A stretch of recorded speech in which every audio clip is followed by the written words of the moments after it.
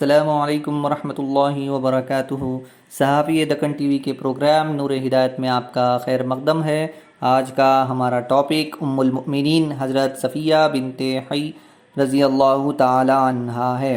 آپ کا نام صفیہ تھا اور حضرت ہارون علیہ السلام کی اولاد سے تھی۔ سلسلہ نسب یہ ہے: صفیہ بنت حی بن اخطب بن سعید بن عامر بن عبید بن خزرع بن ابی حبیب بن نزیر بن نحام بن میخوم۔ ماں کا نام برہ یا ضرہ تھا جو بنو قریظہ کے ایک نامور سردار سموئیل کی بیٹی تھی۔ زرقانی رحمۃ اللہ علیہ کا بیان ہے کہ حضرت صفیہ کا اصل نام زینب تھا۔ عرب میں مال غنیمت کا جو حصہ فاتح سردار کے حصے میں آئے وہ صفیہ کہلاتا ہے، چونکہ وہ غزوہ خیبر کے بعد سرور عالم صلی اللہ علیہ وسلم کے عقد نکاح میں آئی، اس لیے صفیہ کے نام سے مشہور ہوئی۔ لیکن یہ روایت چندہ معتبر نہیں، کیونکہ عرب میں صفیہ نام کی اور بھی بہت سی خواتین تھیں۔ خود حضور کی پھوپھی کا نام صفیہ تھا۔ حضرت صفیہ کا باپ حی بن اخطب یہودیوں کے نامور قبیلہ بنو نزیر کا سردار تھا۔ حی کی نبی کی اولاد ہونے کی وجہ سے اپنی قوم میں بے حد معزز و محترم تھا اور تمام قوم اس کی وجاہت کے آگے سر جھکاتی تھی۔ 14 برس کی عمر میں حضرت صفیہ کی شادی ایک مشہور اور نامور شہسوار سلام بن مشکم القرظی سے ہوئی، لیکن دونوں میاں بیوی بن نہ آئی۔ نتیجتاً سلام بن مشکم نے طلاق دے دی۔ اس طلاق کے بعد حی بن اخطب نے ان کا نکاح بنی قریظہ کے ایک مقتدر سردار کنانہ بن ابی الحقیق سے کر دیا۔ وہ خیبر کے رئیس ابو رافع کا بھتیجا تھا اور خیبر کے قلعہ القموس کا حاکم تھا۔ اوائل 7 ہجری میں نبی کریم صلی اللہ علیہ وسلم نے یہودیوں کی روز کی شرارتوں کا قلعہ کما کرنے کے لیے ان کے مرکز خیبر پر چڑھائی کی۔ خیبر مدینے کے شمال مغرب میں ایک نہایت زرخیز مقام تھا، جہاں یہودیوں نے چند نہایت مضبوط قلعے بنا رکھے تھے۔ ان کا ارادہ تھا کہ وہ مدینے پر قبضہ کر کے اسلام کو بے دبن سے اکھاڑ پھینکے۔ چنانچہ اس مقصد کے لیے وہ مدت سے لشکر اور آلات حرب و ضرب جمع کر رہے تھے۔ اپنی تیاری مکمل کر لینے کے بعد انہوں نے 2 اور قبائل بنو غطفان اور بنی اسد کو بھی اس وعدے پر اپنے ساتھ ملا لیا کہ مدینے کی فتح کے بعد نصف نخلستان انہیں دے دیا جائے گا۔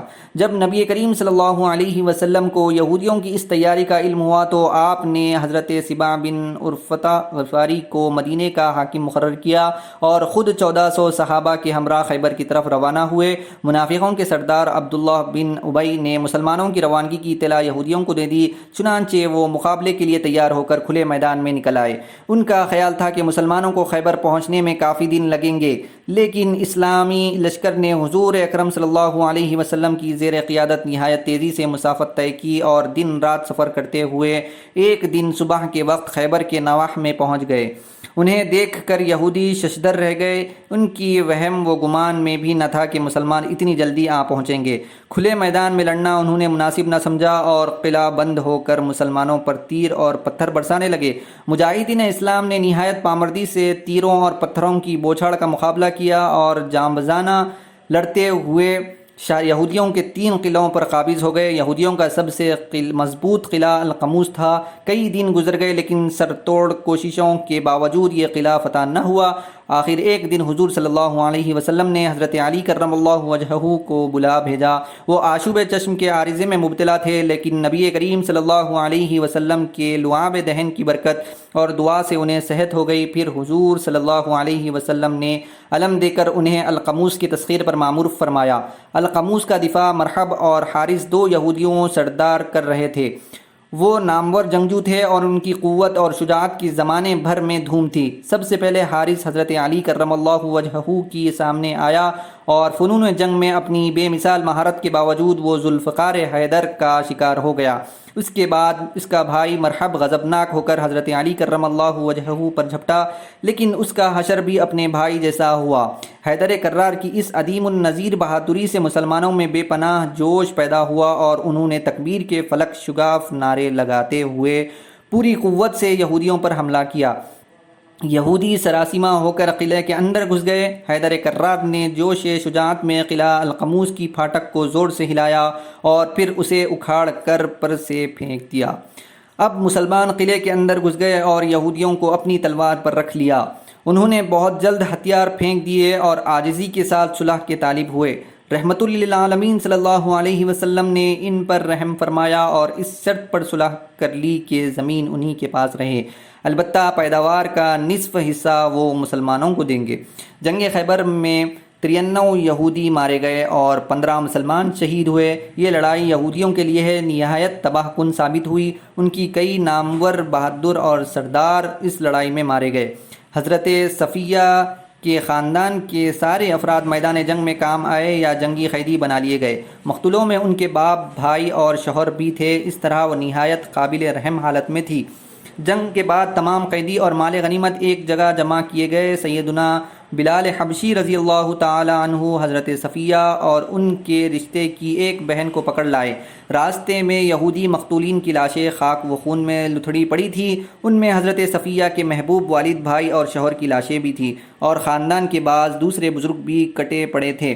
حضرت صفیہ نے حسرت سے ان لاشوں پر نظر ڈالی اور چپ کے چپ رہ گئی۔ البتہ ان کی ساتھی بہن بے قابو ہو گئی اور نہایت شدت سے گریہ وزاری اور سینہ کو بھی شروع کر دی۔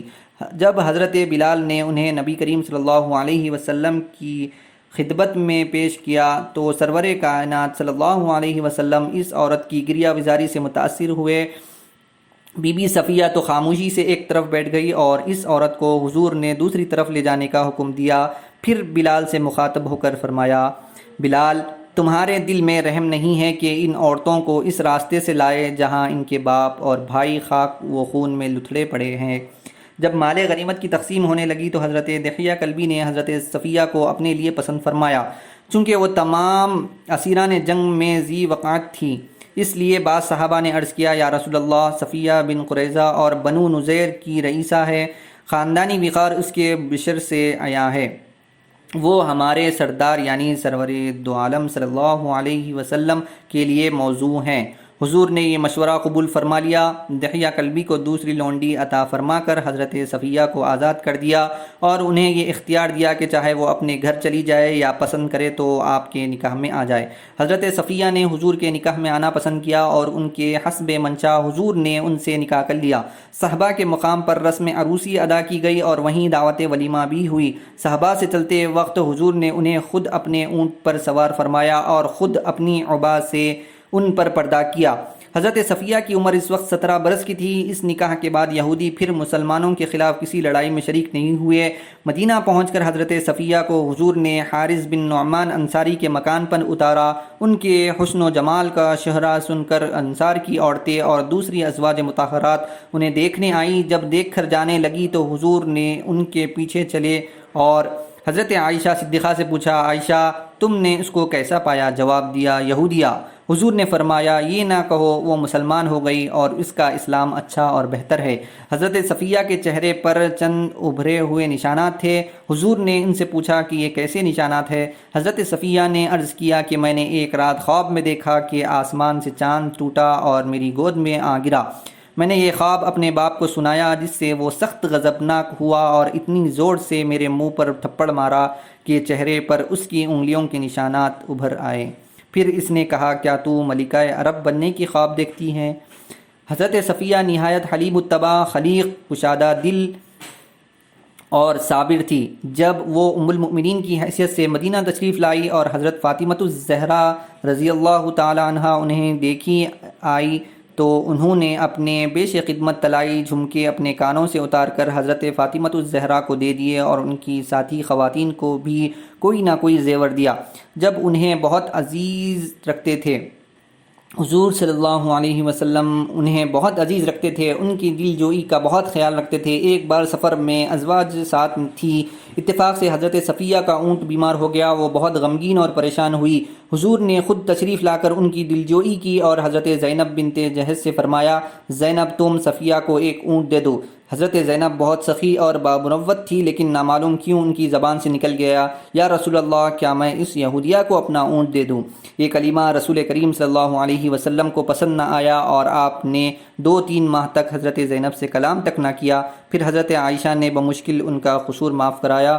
حضرت زینب بنت جہش کا بیان ہے کہ رسول اللہ صلی اللہ علیہ وسلم کی خفگی نے مجھے قریب قریب نا امید کر دیا اور میں نے عہد کیا کہ آئندہ کبھی ایسی بات نہ کہوں گی۔ قبول اسلام کے بعد یہودیت کا طعن حضرت صفیہ کے لیے بڑی دل آزاری کا موجب ہوتا تھا، لیکن وہ نہایت صبر و تحمل سے کام لیتی تھی اور کبھی کسی کو سخت جواب نہ دیتی تھی۔ ایک بار نبی کریم صلی اللہ علیہ وسلم تشریف لائے تو حضرت صفیہ رو رہی تھی۔ وجہ دریافت کی تو کہا، عائشہ اور زینب کہتی ہیں کہ ہم تمام ازواج میں افضل ہیں، کیونکہ بیوی ہونے کے علاوہ ہم حضور کے قرابت دار بھی ہیں، لیکن تم یہودن ہو۔ حضور نے حضرت صفیہ کی دلجوئی کے لیے فرمایا، اگر عائشہ اور زینب کہتی ہیں کہ ان کا خاندان نبوت سے تعلق ہے تو تم نے کیوں نہ کہہ دیا کہ میرے باپ ہارون اور میرے چچا موسیٰ اور میرے شوہر محمد ہے۔ ایک دفعہ کسی بات پر حضور حضرت صفیہ سے ناخوش ہو گئے۔ حضرت صفیہ حضرت عائشہ کے پاس گئی اور کہا، آپ جانتی ہیں کہ میں نے اپنی باری کسی چیز کے معاوضے میں نہیں دے سکتی، لیکن اگر آپ سرور عالم صلی اللہ علیہ وسلم کو مجھ سے راضی کر دے تو میں اپنی باری کا دن آپ کو دیتی ہوں۔ حضرت عائشہ اس کام کے لیے تیار ہو گئی اور زعفران کی رنگی ہوئی ایک اونی لے کر اس پر پانی چھڑکا تاکہ اس کی خوشبو مہک جائے۔ اس کے بعد حضور کی خدمت میں تشریف لے گئی۔ آپ نے فرمایا، عائشہ یہ تمہاری باری کا دن نہیں۔ بولی، یہ خدا کا فضل ہے، جس کو چاہتا ہے دیتا ہے۔ پھر تمام واقعہ حضور کو سنایا اور حضور حضرت صفیہ سے راضی ہو گئے۔ حضرت صفیہ کو سرور عالم صلی اللہ علیہ وسلم سے بے حد محبت تھی۔ حضور کے مرض الموت میں تمام ازواج مطہرات حضور کی عیادت کے لیے حضرت عائشہ کے حجرے میں تشریف لائی۔ حضرت صفیہ نے حضور کو بے چین دیکھا تو عرض کیا، یا رسول اللہ، کاش آپ کی بیماری مجھے ہو جاتی۔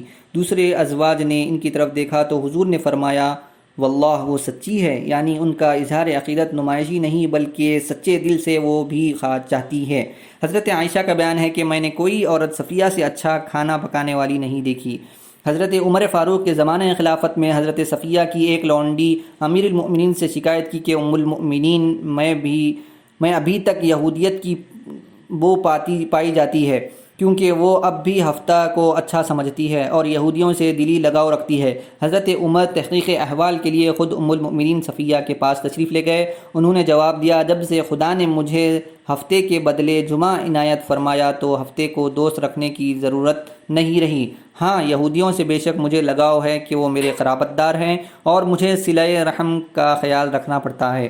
حضرت ام المؤمنین کی حق گوئی سے بہت خوش ہوئے اور واپس تشریف لے گئے۔ اس کے بعد حضرت صفیہ نے لونڈی کو بلا کر پوچھا، تجھے امیر المؤمنین کے پاس میری شکایت کرنے پر کس چیز نے آمادہ کیا؟ اس نے کہا، مجھے شیطان نے بہکایا تھا۔ ام المؤمنین نے فرمایا، جا، میں نے تجھے راہ خدا میں آزاد کر دیا۔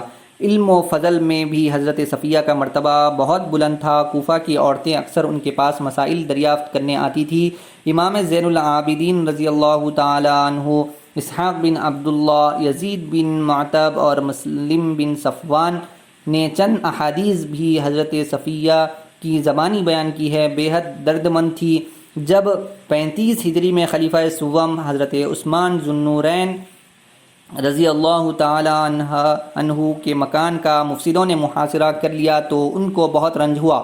ضعیف الامر امیر المؤمنین کی مصیبت نے انہیں بے چین کر دیا۔ انہوں نے ایک غلام کو ساتھ لیا اور اپنے خچر پر سوار ہو کر حضرت عثمان کے مکان کی طرف روانہ ہوئی۔ اشترنقی نے ان کے غلام کو دیکھ کر پہچان لیا اور آگے بڑھ کر خچر کو مارنا شروع کر دیا۔